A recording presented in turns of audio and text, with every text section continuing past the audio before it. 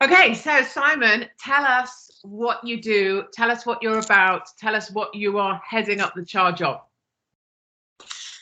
Katie, I represent Suidlanders, which is a civil defense organization constituted under international law. The Geneva Conventions, which govern the prosecution of war, if you like, have protocols additional to them. And those protocols govern the circumstances of civilians in war. And those protocols make very specific provision for identifiable ethnic groups to prepare to safeguard their welfare in the event of a civil war, for example. And we anticipate a civil war in South Africa. At the rate things are going, there's likely to be a big fracturing in our society. And if there is such a fracturing, it's almost certainly going to happen largely along racial lines. And we will be the most vulnerable, or one of the most vulnerable groups in this country, because we're one of the very smallest. And so we're preparing for that. Suidlanders is completely about preparing for a civil war as a civil defense organization. And in terms of white South Africans, how many are you left? What percentage are you?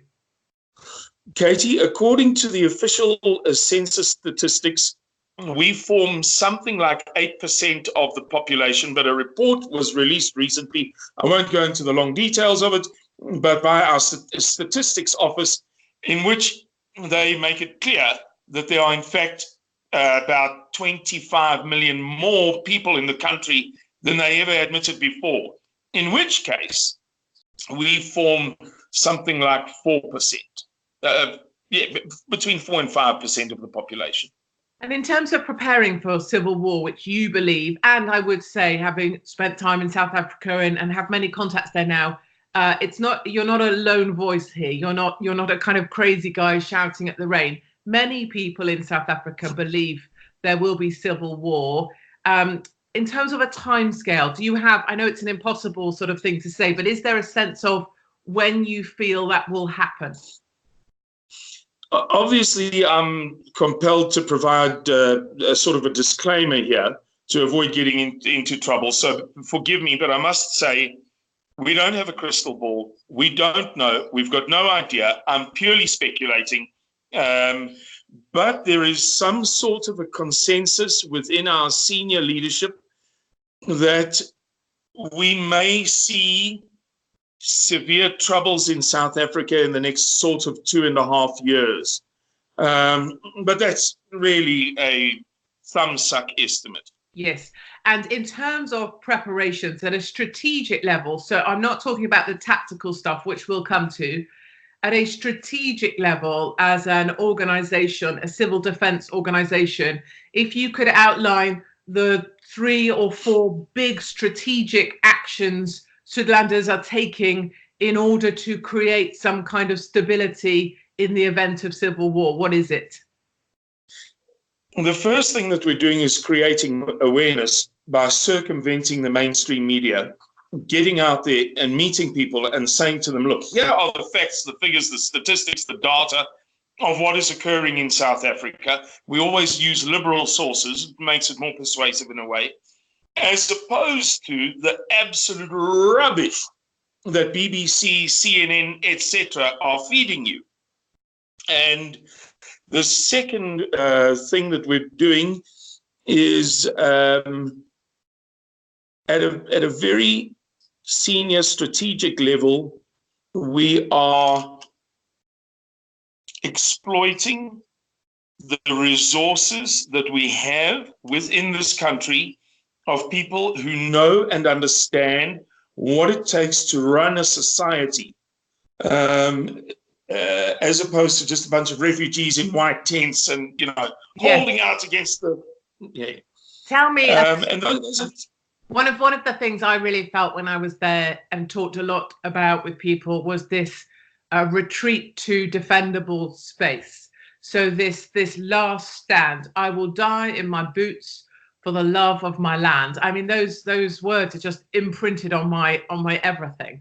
So can you tell me about your preparations or your the ideas you have or your plans for creating a defendable space?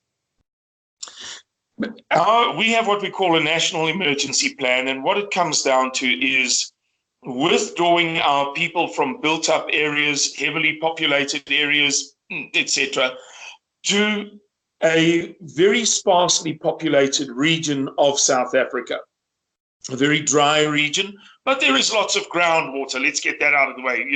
We're not taking people into the desert to thirst to death. We're not imbecilic.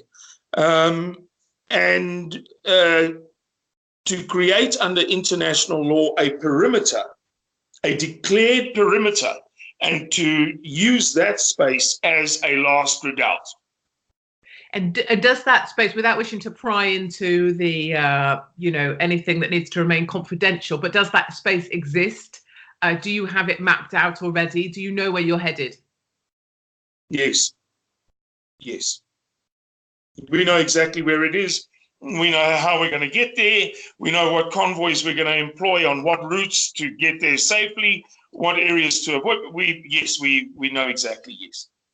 It's kind of, you say yes, and the thought of what this means is huge, isn't it? I know you're a practical man and you're about delivering on strategy and you're going to look after people, but there is an emotional thing behind this, isn't it? It is an epic thing you're talking about. It is an epic thing, but fortunately, we have many epic people involved in this plan. I'm the face of it, but I'm just one, guy with a voice. There are many very substantial, very, very, very serious people who have credibility in terms of their willingness to risk their lives. They have done it before, they will do it again. And these guys are driving the practical aspect, let us say the operational aspect of this final redoubt. So we think that, epic as it may be, God willing, we have a small chance of getting it right. And it's funny, God willing. There was a sense I had when speaking to white farmers being hunted off their land effectively, survivors of attacks, victims of attacks, or the wives of husbands who'd been killed. There was a definite sense I had in South Africa, much more than I get here in the UK. It's shared in America that this sits in God's hands, that this has that religion is very close to what you do in South Africa, and you are believers at a sort of ultimate level. Yeah, very much so. I tell people, and I hope I don't get into trouble for this, but I always say to the Americans and others who come out here that our people are very religious in a funny way. We drink, we smoke, behave abominably. It's why I love you. But there is one thing that's just sacred in a kind of almost a casual way, in a day-to-day way, we all know that's just the way it is. It's not special. It's not, kind of charismatic, evangelical, jump up and down stuff. It's just there is a God, and that's the end of the story. Have another brandy. Thank you. I honestly, I so miss being around South Africans. There's something about you guys. Bernard, the gentleman that was attacked on his farm and his father was killed, he sat on his stoop and he said, God and the land and my dogs. Those are the three things I trust. I trust in God, I trust in my land, and I trust in my dogs. And I think that's really a truth for all you guys. Those are the big things you trust in. Yeah, we trust in, well, Almighty God, we don't even have to talk about.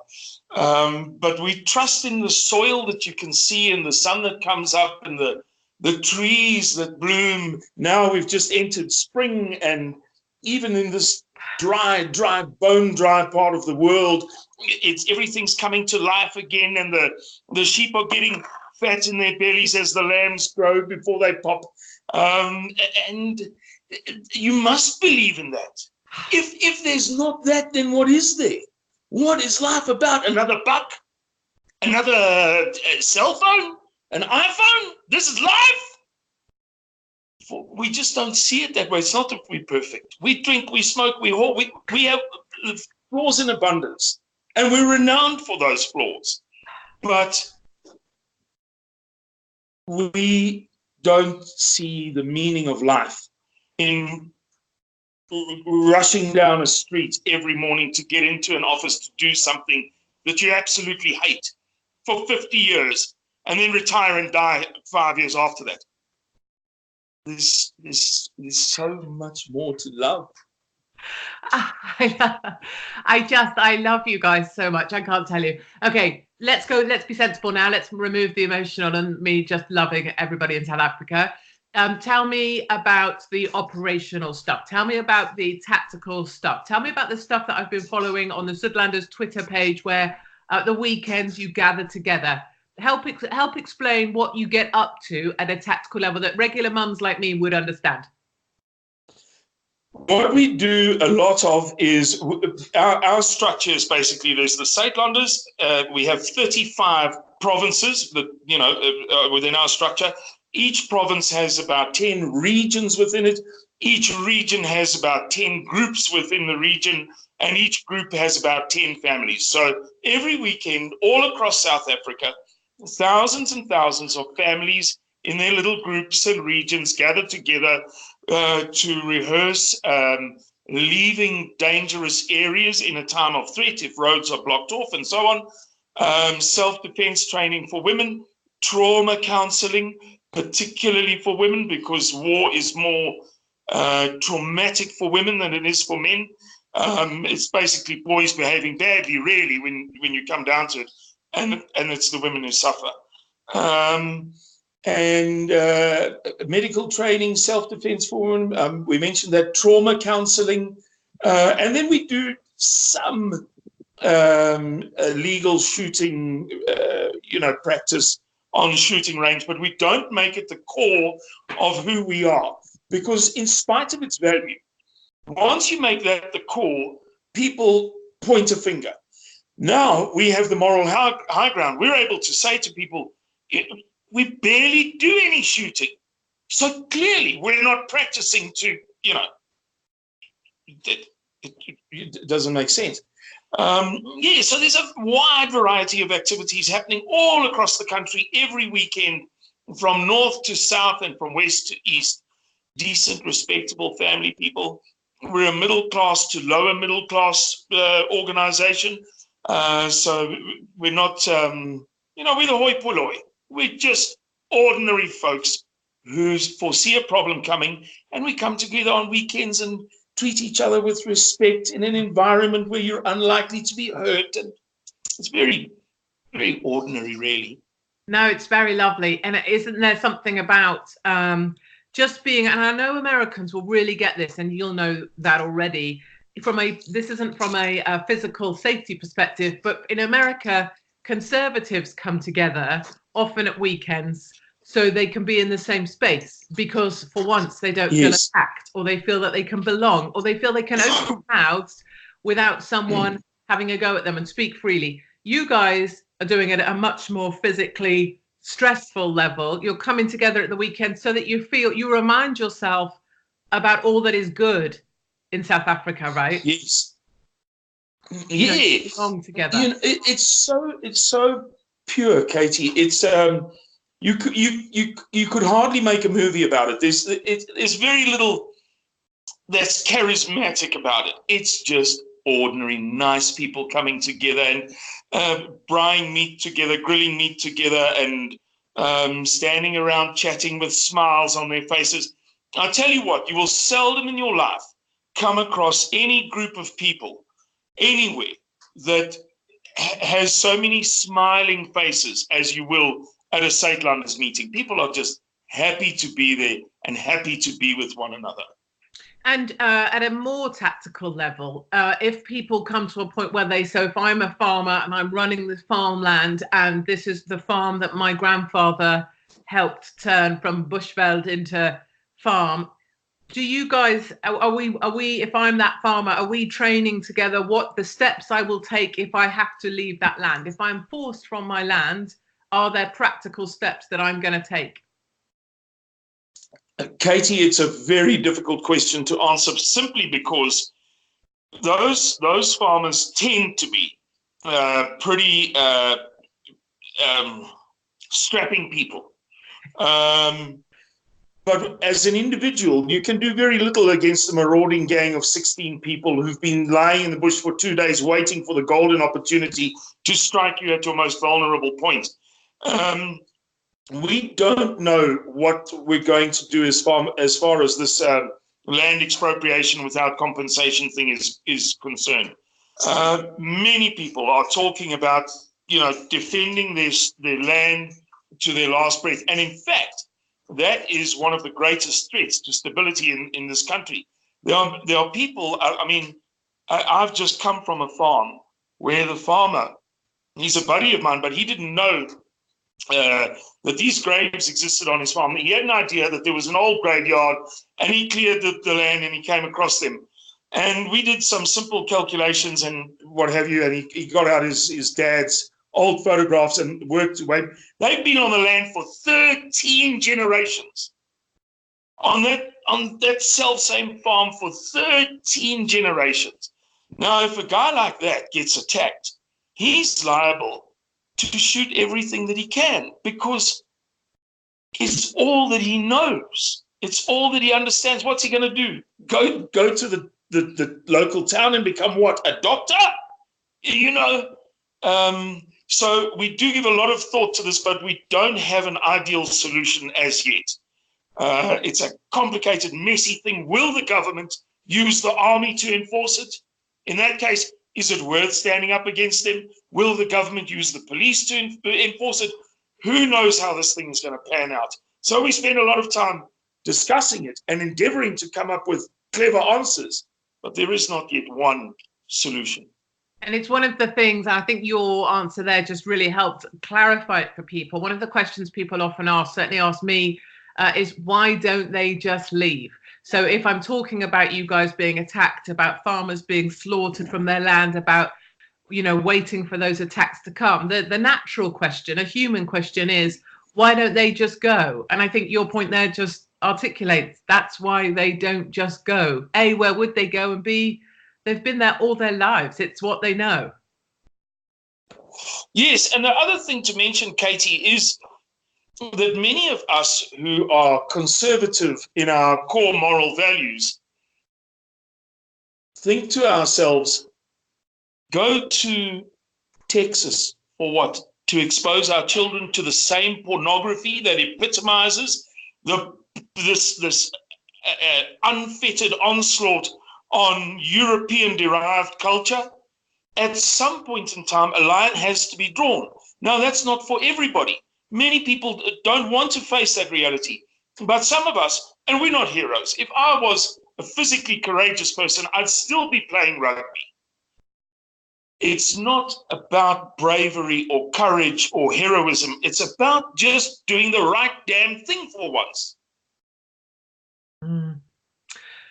Tell me, help me. So I am obviously regularly attacked for this being a conspiracy theory, this idea that whites are in some way in danger in South Africa, that statistically white farmers is one of the most dangerous professions to be in. People still say it's a conspiracy theory, it's a lie, it's a white nationalist myth. Well, for many years the government has or did refuse, I beg your pardon, to release the statistics of the murders and attacks on farms. In the past couple of years, they have released those figures. They still refuse to discern between white and black.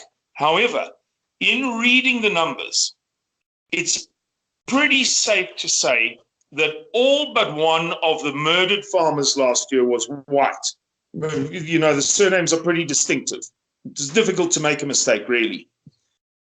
And if you extrapolate that number through the number of the number of commercial farming units and the percentage that the government says is owned by whites, you get a figure of somewhere between 145 per 100,000 and 169 per 100,000. Having done the arithmetic myself, having done all of the calculations very, very finely, I opt for the 169 number, not because the higher number has got more drama to it, but because I did the calculations. And I have the figures of the number of farms that exist in South Africa, the number that have been transferred to blacks, the number that are retained in white hands. And you don't have to be all that clever, really, to figure it out. But if you give the benefit of the doubt here and the benefit of the doubt there, the minimum rate is 145 per 100,000. That is higher. Yes. Sorry, I beg your pardon, Katie. That is higher, just by the way, than the death rate, the fatality rate in Yemen, Libya, Iraq, and Afghanistan. I hear you. Tell me why when I think about Zimbabwe and so the breadbasket of South Africa and what happened to breadbasket of Africa and then what happened to Zimbabwe. I'm trying to. Yes. It's an obvious question to you, but it's one I should ask. Why have whites got to be the farmers? Why can't blacks be the farmers? What's your problem with white people being the farmers, black people being the farmers? Why not hand over the land? It sounds like an obvious blooming question. Well, firstly, what the government is proposing is expropriation without compensation. So fundamentally, that's unfair. Secondly, there is not a great history of black commercial farming. So it's easy to say, well, whatever a white man can do, a black man can do. It sounds beautiful. But when there is not, and there never has been, such a history of successful commercial farming, then it's also okay. I don't think it's terribly racist and evil and ugly and nasty to say, who's going to do it? Where are these guys? Bear in mind, Katie, that, for example, in the province of KwaZulu-Natal, 32% of the land is owned by and has always been owned by the Zulu people. I spent a lot of time with the Zulus in my youth, a lot of time. I'm the only person that I've ever heard of who lived in a Zulu migrant labor hostel. So I know a thing or two about this. And I don't know of one Zulu on that 32% of that province who is farming commercially, not even one. And this is such a tricky subject, but just a few days ago, I was at the local fish and chip shop here, and I stood next to a farmer who's well known to me, and we were chit-chatting, and he said that he'd just come back from visiting his cousin.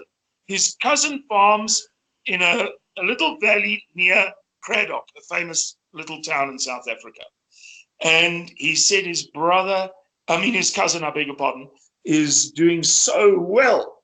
And then he said to me, in that valley, there are 6 commercial farms. 5 of them have been given to blacks. And each of the 6 farms has 1/6 of the water rights for the local stream. But 5 of the farms, guess which ones, are not functioning at all. So he's taking all 6 farms' water, and he's growing lucerne and corn. Yeah, I mean, it's coming out of his ears. 6 farms, 5 given to black guys, and precisely none of them being operated commercially. There's a farm called I think it's called the Mzizi Family Trust outside the town of Hofmeyer. And I happen to go and visit somebody in that region quite frequently, probably about 4 times a year. And this farm is massive. It's something like 25,000 acres that was given to this family. There's not one animal being farmed commercially on it. There's not one irrigated, center pivot irrigation that's in operation. There's no lucerne growing, no maize, no potatoes, nothing. And this is the problem that we have, besides which the government has said that the fundamental premise of expropriation without compensation, and our president has said this repeatedly, is the original sin, namely the theft of white-owned land. Now, given that the first black and white, Bantu black person and white person met in South Africa almost exactly 125 years after the first whites arrived in Cape Town. The white guy in question was a man by the name of Captain Robert J. Gordon, later Colonel Robert J. Gordon, the commander of the fort in Cape Town, and he met these first black people on the east bank of the Great Fish River, near present-day Somerset East, meaning that something like 40% of the land was never stolen. All of the land around Swaziland. Swaziland, the Swazi king occupied a piece of territory that big. He then gave land to whites so that they would form a buffer. He made his kingdom smaller so that he could have these white guys as a buffer between him and the Zulus. That wasn't stolen, it was given. And so the list goes on and on and on. I could speak myself hoarse. So firstly, the fundamental premise is false. Secondly, the purpose is supposedly to address the land ownership crisis in South Africa. Now, if you take the approximately 33,000 white-owned commercial farming units that presently support 33,000 families, and let's say that whites are greedy and they're selfish and they're bad and they're inherently this and inherently, and black people can do it better. And you say that those farms, when run by blacks, could support 100,000 families, not 33,000 of 4 or 5 people, but 100,000 of 12 people. That still gives you 1.2 million people. Now, how on earth is it possible to resolve a land crisis by giving 1.2 million people of 40 million people land? How does that make sense? It doesn't even make any damn sense that you're going to satisfy 2.5% of the population with this exaggerated arithmetic, but actually maybe 0.5% of the population. So it's nonsense. It's made up. It's a fiction. It's a cover story. Tell me, why do our media, CNN, BBC, The Guardian, everybody, why don't they want to talk about South Africa? Why don't they want to talk about whites being persecuted at a rate of 145 per 100,000 or 169 per 100,000? Why won't they talk about it? Because whatever you may say about people like David Icke with his eccentric personality, it has been demonstrated time and time again that there is clearly some kind of a conspiracy. It can't all be one great coincidence, what is happening in Western society and has been happening over whatever period you'd like to nominate for the purpose of this conversation. The media was complicit in the fallacy of the new South African rainbow nation. And the media, firstly, don't want to reveal the truth. And secondly, they know that they'll look like fools if they do reveal the truth. The commercial media will never be trusted again if, after 40 years of telling us that Nelson Mandela is a saint and the ANC is benevolent and the country is going to do so much better and it's going to realize so much potential, that actually we were wrong all the way. South Africa is one of the great topical stories of the past 50 years, probably one of the top 20 topical stories of commercial media over the past 50 years. And if that's exposed as nonsense, they're going to look like fools. I want to ask you 2 more things before I want to talk about your tour that you've got coming up in Europe, or at least you're traveling to Europe. So the 2 things I want to ask you is really taking your knowledge and asking for your wisdom. So in the UK, we are being outnumbered. By 2035, I am outnumbered. I'm already a minority white in London, Luton, Leicester, Bradford, Birmingham, any major city you want to name, I'm outnumbered. In Birmingham, if you bump into a child, they are more likely to be Muslim than any other religion. And by 2050, Muslim births outnumber birth to any other religion. And I don't say that it doesn't matter about the religion particularly, other than I am becoming very rapidly a minority in my own country. So if you are speaking to the people of the UK who share my fears that we are being taken over, whites are a minority, what's the South African learning about becoming a minority that goes down then to about 4%? What's the learning? What's the warning? Katie, unfortunately, I have nothing helpful to tell you. The simple reality of the matter is that people who do not share your ethnic makeup and who do not share your norms, mores, and values are not going to humor you when they're in a position to impose their own. That's the simple reality. Nobody's going to cut you any slack. Get used to it. The other thing that bears mentioning is that embattled peoples learn to stand together. And so it is that for a long time in the USA, in cities where blacks have formed a minority, they've been able to vote in their candidate, because we whites argue, squabble, and quarrel with one another and divide ourselves, whereas the ethnic Arabs or whatever in Birmingham, or the blacks in whatever city you'd care to mention in the USA, will stand together for their candidate on principle. Minnesota. And so you're going to find out the hard way. I'm sorry to say it. I'd love to say something encouraging. No. People would think I'm a great guy. So helpful, so nice. But there is nothing good to say. You are in for a big hiding, as my father would put it. Watch and see. That's how it works. That's how it works.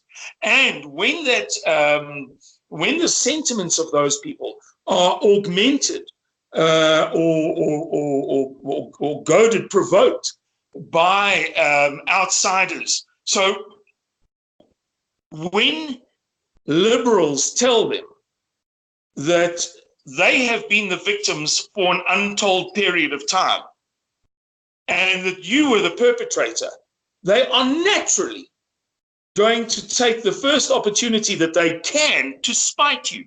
That's how it works. That's human nature. And these people are being told so many, many, many lies about their identity and their culture and their history and what have you. I was in Las Vegas fairly recently, and I caught an Uber, and the driver was a black woman, and she asked me where I'm from. I said I'm from South Africa, and this woman just kind of like exploded in this effervescent sermon about how she started doing research, privately, reading the encyclopedia and going online and what have you. And she said she couldn't believe it when she discovered that all of the black slaves who came from Africa were, caught by other blacks. They were then sold to Muslims, not to white people. The Muslims then sold them to another ethnic group that controlled the majority of the shipping between the west coast of Africa and the east coast of the Americas. They were only then sold to white slave owners. And I happen to know these facts and figures, and she was saying, and can you believe it? Can you believe it? The majority of the slaves didn't even come to America. They went to South America and to the Caribbean. I said to her, yeah, it was a tiny minority. And I said, did you know this? That the more than half of all of the slaves from Africa went to the Arabian Peninsula. And she looked at me, she didn't know that. I said, it's a fact. You can go and look it up. And I said to her, the reason there are none there is because they were emasculated. They were castrated upon arrival, because the Arabs didn't want, black people being invested, as it were, in their gene pool. So there's this massive fiction that these people believe, and they hate you for it, Katie. And they're not going to be nice about it once they are in control, which they will be, because they will stand together and they're going to outbreed you, as you said. As already happening. Last thing from me, and then I hand to you to talk about your trip. But now I'm thinking for America, and South African warning for America. And I'm thinking particularly on the matter of gun control. You'll have seen in New Zealand, after the mosque shooting, they banned weapons. They are buying back weapons. The Democrats are trying to push through banning of semi-automatic weapons. They want all weapons to be confiscated, some of the Democrats. Give us a South African take on what happens when the state tries to or does confiscate your weapons, and your views on your right to bear arms. We, much like the average Briton, I should think, have a severe problem with unfettered access to any kind of weapon. The Second Amendment speaks about the right to keep and bear arms of the type in common use by local militias. And they could afford to say that at that time, because if you were muzzle loading a weapon, in the Napoleonic Wars, the finest shots in the British Army could fire a muzzle loader twice in 1 minute. Now, you can't really go on a killing spree with a weapon that you can fire twice in 1 minute. So at the time, it sounded okay. What's happened is that this thing has gotten completely out of control, and people have taken it to an absurd extreme where they possess weapons that fire literally 1,000 rounds a minute under the Second Amendment. Clearly, that was never the intention of the Second Amendment. So there is a craziness that has crept into this thing. And of course, there's the background check matter. Some guy's got severe bipolar disorder, and he has manic rage, and he's got a weapon that fires 1,000 rounds a minute. It doesn't make any damn sense at all. So there should be a middle way that must be found. I mean, you cannot justify that. But the other extreme is also completely unfair, and it's completely wrong. We in South Africa now, they are proposing a bill to ban weapons for self-defense. And you may only possess a weapon for sport shooting or hunting, a firearm, I should say. And when you consider that something like 99.99% of the weapons committed by firearms in South Africa, the murders committed by firearms in South Africa are illegal, what sense does it make to take away legal weapons, licensed firearms owned by a person who did a course, who sat an examination, 2 examinations actually, one open book, one closed book, and then a practical examination, 3 examinations and a course, and he has to submit a application with testimonials and what have you. That's not the guy who's doing the killing. But so we, in a sense, have an advantage over the Americans. Our argument is much simpler. The Americans have gotten themselves into a space that's very difficult to defend. And it's their own fault. They've taken the Second Amendment to a crazy extreme by using the state guards and the National Guards as their reference point for the phrase local militia. Their reasoning is, well, the local militia has 75mm field guns, therefore I should be allowed field guns and rocket launchers and whatever, and it's daft. They've, excuse my language, but they've screwed themselves. And I fear for the consequences. I think that the next time 3 little girls with, bright eyes are killed, the the maniacs who dominate Western society are going to take another step forward in the argument against the Second Amendment in totality. This thing could have been handled far more shrewdly, far more cunningly by the right wing in the USA. They blundered. They really blundered by taking it to an absurd extreme. Okay, so thank you for that. I think those are helpful things. I think the warning for the UK that we are, as your father would say, in for a hiding, is exactly what I think as well. I mean, it's exactly how I feel. Is your father still alive? Yes, he is. He is. I bet he's quite something. He's a very straight man. His moral compass is about, it's steady. Tell me, okay, I'm going to hand over to you now. Tell us about the trip you're planning. Tell us what you're going to do. Tell us why it matters, and tell people where they can find you, read more about what you're doing. Katie, the best place to find us is on Suidlanders.org, which is SUID Landers.org. Very easy. Anybody who'd like to write to me can write to hk@suidlanders.co.za, or ZA for Americans. hk@suidlanders.co.za. We have received numerous invitations from good, rock solid, conservative, decent, respectable people in Europe to visit them. And we're going to be taking that offer very shortly. In the next 3 weeks, I'll be in Europe for a short while. I'll then go to the USA to meet some politicians in Washington. Then I will return to Europe for November, December, and January, late November into mid-February, actually.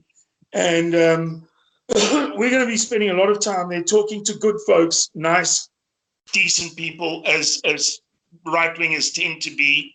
And that's about the gist of it. We look forward to meeting people. Anybody who would like to meet, anybody who would like to support us is welcome to, as I say, write to hk@Suidlanders, and they'll get a prompt reply. Okay, so I will, on my Twitter, I will push out. So you said you'll be in Europe from like November through February. I will be there for early October. Yeah. And then again, November through February. Yes, I'll get those dates from you, and I will put your email out so people can email you. So if they want to invite you to come and speak, maybe to their organization, or they want you to come in and just give them a briefing on whatever from South Africa, from your perspective, you'd be happy to do that. We'd love to do it. Okay, perfect. Listen, anything you want to add or say before I go away? No, Katie, I think we've covered just about everything. And all I have to say is thank you very much for the opportunity. It has been charming speaking to you. Charming. That's what they call me here, Simon. Yeah, they call me charming. Yeah. Well, I think you're a very, very charming person. Much love to your dad and to your family and to the South African farmers. And at your next meeting, please give them all the very best from decent conservatives in the UK, like myself, who wish you every success. And I will keep supporting you all the way. And I want to see you as well. I want to book my date with you. We're going for a beer in when you get to London. I like that very much. Okay. Have a great day. All right, then. The same to you. Cheerio, Katie. Cheerio, Bye-bye. my love.